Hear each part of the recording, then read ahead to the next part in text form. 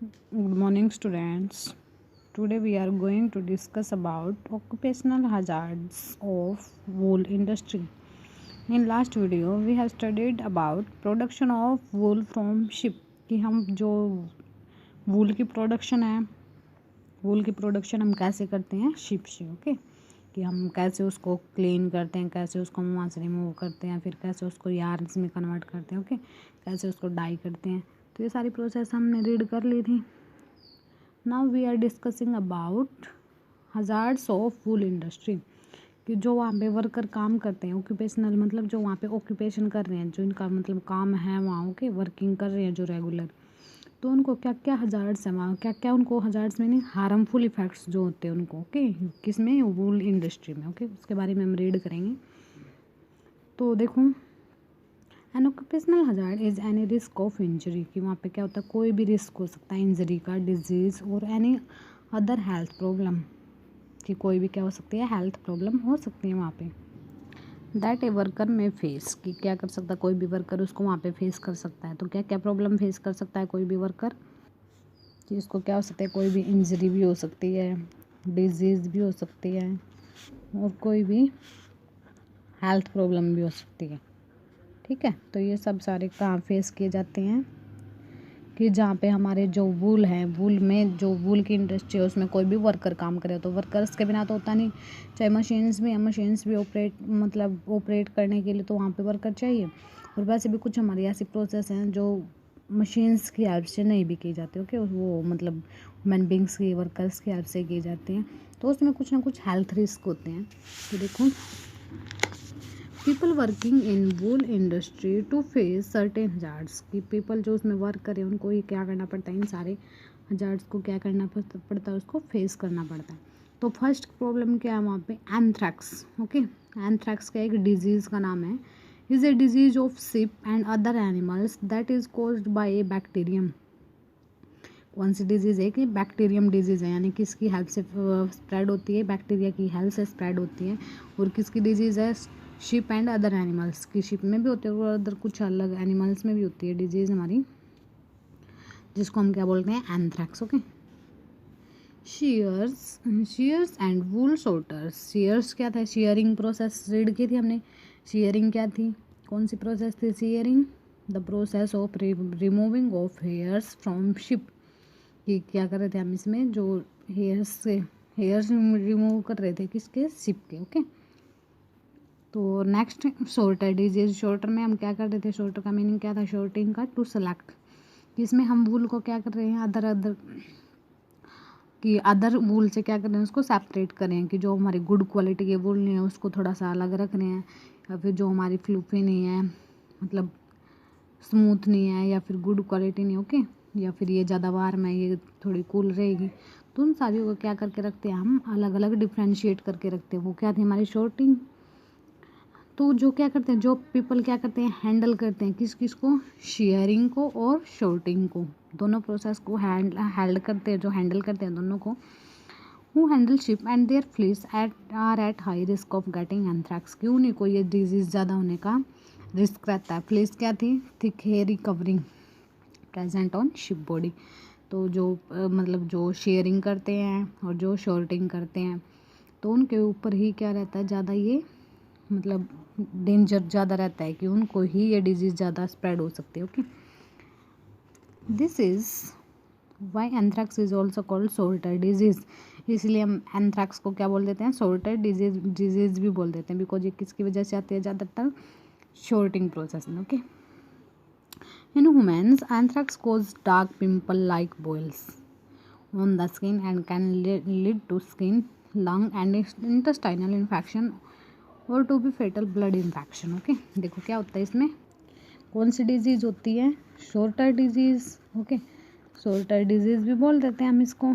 Shorter disease क्यों क्यों बोलते हैं हम इसको, बिकॉज ये किसकी वजह से आती है हमारी शॉर्टिंग प्रोसेस के टाइम पे आती है ओके, शॉर्टिंग प्रोसेस पे। और एक कौन सी प्रोसेस पे आती है हमारी शेयरिंग प्रोसेस पे ओके। तो इन दोनों प्रोसेस पे आते हैं। शेयरिंग क्या थी, removal of hair from sheep, और शॉर्टिंग क्या थी, to select different quality of wool okay. तो ये दोनों प्रोसेस की ही वजह से ये हमारी कौन सी शॉर्टर डिजीज़ होती है। शॉर्टर को हम दूसरे नेम क्या होता है इसका, एंथ्रैक्स। ओके, कौन सी डिजीज़ होती है, एंथ्रैक्स डिजीज़ भी बोलते हैं हम इसको। अब देखो कि इस डिजीज़ में होता क्या क्या है कि एक तो क्या हो जाते हैं, पूरी स्किन के ऊपर क्या हो जाते हैं, डार्क पिंपल्स हो जाते हैं। Okay, dark pimples on skin, इसके ये सिम्टम्स हमारे, इससे पता चल जाता है कि बॉडी में कौन सी डिजीज़ है, एंथ्रैक्स डिजीज़। ओके, दूसरा क्या होता है कि स्किन इन्फेक्शन हो जाता है। अगर स्किन पे हमारे ये हो चुके हैं, पिंपल्स हो चुके हैं, तो क्या होएगा, स्किन इन्फेक्शन भी होगा। उसकी वजह से हमारा लंग्स में एंड इंटेस्टाइनल इन्फेक्शन भी हो जाता है कि स्मॉल इंटेस्टाइन और लार्ज इंटेस्टाइन में भी क्या हो जाता है, इन्फेक्शन होना स्टार्ट हो जाता है। तो जिसकी वजह से हमारा फूड डाइजेस्ट नहीं होगा और एब्जॉर्ब नहीं होगा, तो हमें एनर्जी नहीं मिल पाएगी। और उसके बाद की अगर इंटेस्टाइन में अगर इन्फेक्शन है तो जो हमारा फूड सप्लाई हो रहा है वहाँ से, तो वो फूड कहाँ एंटर कर जाएगा, ब्लड में भी एंटर कर जाएगा। तो इसकी वजह से ब्लड में भी क्या फैल जाएगा, हमारे पूरे ब्लड में भी क्या हो जाएगा, इन्फेक्शन हो जाएगा। ओके, नेक्स्ट है भाई, जो हमारे केमिकल्स यूज़ होते हैं किसके अंदर, डाइज के अंदर। ओके, तो वो जैसे हमने बोला था कि डाइंग की प्रोसेस हमारे, तो डाइंग में हम ये तो है नहीं ऐसे ही डाई कर देते हैं। तो डाई में क्या कुछ केमिकल्स का यूज़ करना पड़ता है, और वो पेट्रोकेमिकल्स, जो बहुत हार्मफुल केमिकल्स होते हैं उनका यूज़ करते हैं हम। तो इससे कौन कौन सी डिजीज़ होती हैं, एलर्जिक। ओके, एलर्जीज हो जाती हैं आपकी स्किन के ऊपर या फिर कहीं पे भी एलर्जी हो जाती है। तो इससे स्किन इन्फेक्शन हो जाता है, आइज़ में इरिटेशन होने लगती है due to chemicals in wool processing workers की, जो क्या कर रहे हैं वहाँ पे वर्क कर रहे हैं। Fine wool fibres that are suspended in air as dust can cause respiratory disease if inhaled. ये तो आप सबको पता है कि जो भी हमारा इन्वायरमेंट में हमारी कोई भी डस्ट पार्टिकल्स वगैरह प्रेजेंट हैं, अगर आप उनको इनहेल करोगे रेस्पिरेशन के टाइम पे, अगर आप उनको इनहेल करोगे एयर के साथ आपकी रेस्पिरेटरी ट्रैक में एंटर करेंगे, तो उससे क्या होगी, रेस्पिरेटरी डिजीज़। आपको क्या हो जाएगा, सांस लेने में प्रॉब्लम हो जाएगी। ओके, रेस्पिरेशन में प्रॉब्लम आएगी, डिफिकल्टी होगी ब्रीथिंग में। ये थी डिजीज़ कि जो हमारी कब होती हैं, जहाँ पे जो हमारे ऑक्यूपेशनल हजार्ड्स की जो हम जहाँ पे हमारे वर्कर काम कर रहे हैं वूल इंडस्ट्री के अंदर। ओके, उनको ये डिजीज़ होती है आपके सारे। फर्स्ट डिजीज़ कौन सी थी, एंथ्रैक्स, इसको हम क्या बोलते हैं, शॉर्टर डिजीज़ भी बोलते हैं। होती किसकी वजह से, हमारी शेयरिंग और शॉर्टिंग प्रोसेस की वजह से। ओके, सेकंड कौन सी डिजीज़ हमारी, और इस डिजीज़ में होता क्या क्या है कि डार्क पिंपल्स हो जाते हैं स्किन के ऊपर, स्किन इन्फेक्शन हो जाता है, लंग इन्फेक्शन हो जाता है, इंटेस्टाइन में इन्फेक्शन, और due to this infections blood infection also takes place. और फिर क्या था कि डाई के टाइम पे, डाइंग जब हम करते हैं तो डाई के टाइम पे क्या होता है कि जो डाई में केमिकल्स होते हैं, डाई केमिकल्स कोज क्या क्या कोज कर रहे थे कि allergy, skin infection. Next problems क्या आ रही थी आपकी कि आई इरिटेशन वगैरह, ये भी किस वजह से होती हैं, डाई में। ओके, जब हम वर्कर्स क्या करते होते हैं, डाई करते होते। ओके, नेक्स्ट है थर्ड डिजीज़ क्या थी कि रेस्पिरेटरी प्रॉब्लम। रेस्पिरेटरी प्रॉब्लम क्यों होती थी, रेस्पिरेटरी डिजीज़ या फिर रेस्पिरेटरी प्रॉब्लम हो जाती थी कि जो डस्ट पार्टिकल्स, ओके, कि जो डस्ट पार्टिकल्स आ रहे हैं फाइबर्स से, वो कहाँ एयर में आपके एनवायरनमेंट में चले जाते हैं। तो उनको ह्यूमन बींग्स जब इनहेल करते हैं तो क्या हो जाता है, आपके रेस्पिरेटरी ट्रैक में वहीं पे जम जाते हैं, वहीं पे अटैच हो जाते हैं। तो जिसकी वजह से आपके बॉडी में क्या होना स्टार्ट हो जाती है, कुछ ना कुछ प्रॉब्लम होना स्टार्ट हो जाती है आपकी ब्रीथिंग में। ओके, फर्स्ट हमने स्टडी कर लिया था वूल, नेक्स्ट फाइबर हमारा सिल्क। ओके, एनिमल फाइबर में मेनली हमारे टू ही होते हैं, फर्स्ट है वूल और सेकंड हमारा सिल्क। तो अब now we will study about silk. Okay, silk हमें कौन से एनिमल से मिलता है, सिल्क वॉर्म से। ओके, कौन से एनिमल से मिलता है हमें, सिल्क वॉर्म से, जिसको आप हिंदी में क्या बोलते हैं, रेशम का कीड़ा बोलते हो ना, वही होते हैं हमारे सिल्क वॉर्म। और सिल्क वॉर्म क्या होता है, एक लार्वा होता है। ओके, क्या होता है, सिल्क वॉर्म एक लार्वा होता है, यानी कैटरपिलर बोलते हैं जिसको हम, जो कम्प्लीटली एडल्ट में कन्वर्ट नहीं होता। ओके, एडल्ट से पहले एक स्टेज, उसको क्या बोलते हैं हम, लार्वा। कैटरपिलर ये होता है, ये हमारे किसका, सिल्क मोथ का। Okay, silk has following characteristics. Larva के बारे में आगे हम फर्दर भी स्टडी करेंगे तो उस टाइम पे आपको इजीली पता चल जाएगा। अब नेक्स्ट है कि इसके अंदर एडवांटेजेस क्या क्या है, कि इसकी करैक्टरिस्टिक्स क्या क्या है हमारे सिल्क फाइबर के। ओके, जैसे हमने वूल की पढ़ी थी कि ये इंसुलेटिंग मटेरियल है, कि आपकी बॉडी को क्या करके रखता है, हीट करके रखता है, बिकॉज आपकी बॉडी की हीट को ये बाहर नहीं जाने देता। ओके, तो ये कंफर्टेबल है, इजिली टू वियर है। अब नेक्स्ट हमारे सिल्क की प्रॉपर्टीज़। फर्स्ट है इट इज़ लस्ट्रस।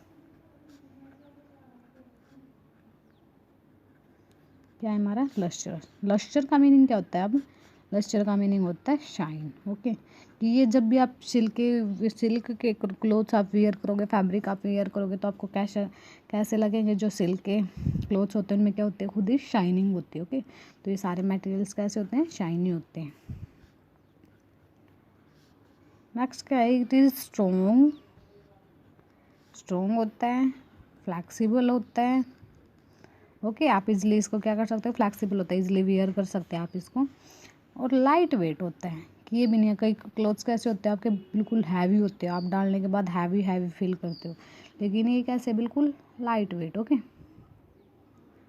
और ये मतलब स्ट्रॉन्ग, इतने स्ट्रॉन्ग होते हैं, जैसे अगर आप कोई फिलामेंट ले लो ना स्टील के आपने जैसे मतलब घर में बोलते हैं ना स्टील के बर्तन है, तो ऐसे अगर आप कोई स्टील का फिलामेंट ले लो, मतलब बिल्कुल थिन सी वायर ले लो आप स्टील की। ओके, अगर आप उसको ब्रेक करके देखो नहीं ब्रेक होगी, तो ऐसे ही हमारे सिल्क का फाइबर होता है, कितना जल्दी अगर आप उसको ब्रेक करना सोचो तो ब्रेक नहीं होगा, तो मतलब स्ट्रॉन्ग होते हैं बहुत ज़्यादा। ओके, नेक्स्ट एक ऐसा होता है इलास्टिक मतलब जब आप इसको स्ट्रैच करोगे तो स्ट्रैच करने के बाद जब आप उसको छोड़ दोगे वहीं पे, इलास्टिक वही होता है कि वापस उसको छोड़ दो तो वापस अपनी पोजीशन को रिगेन कर लेता है।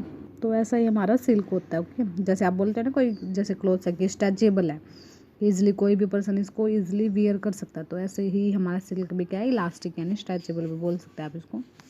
फोर्थ है कि ये क्या हमारा पुअर कंडक्टर ऑफ हीट। क्या है ये हमारा? पुअर कंडक्टर ऑफ हीट, यानी एक टाइप का क्या है? इंसुलेटर। तो इसको आप क्या कर सकते हो कि जब आप कोल्ड में, जब विंटर सीजन है तो आप इसको क्या कर सकते हो? डाल सकते हो, तो ये आपको क्या रखेगा? थोड़ा सा वार्म रखेगा। Okay, it resist dust. ये क्या करके रखता है? रेजिस्ट का मीनिंग क्या होता है? Oppose. It resist dust, oppose करता है। रेजिस्ट का मीनिंग क्या होता है? अपोज, यानी कि जो हमारी डस्ट है, डस्ट को क्या करके रखता है? क्लोथ से दूर करके रखता है। ओके, तो ये थे हमारी एडवांटेजेस ऑफ सिल्क।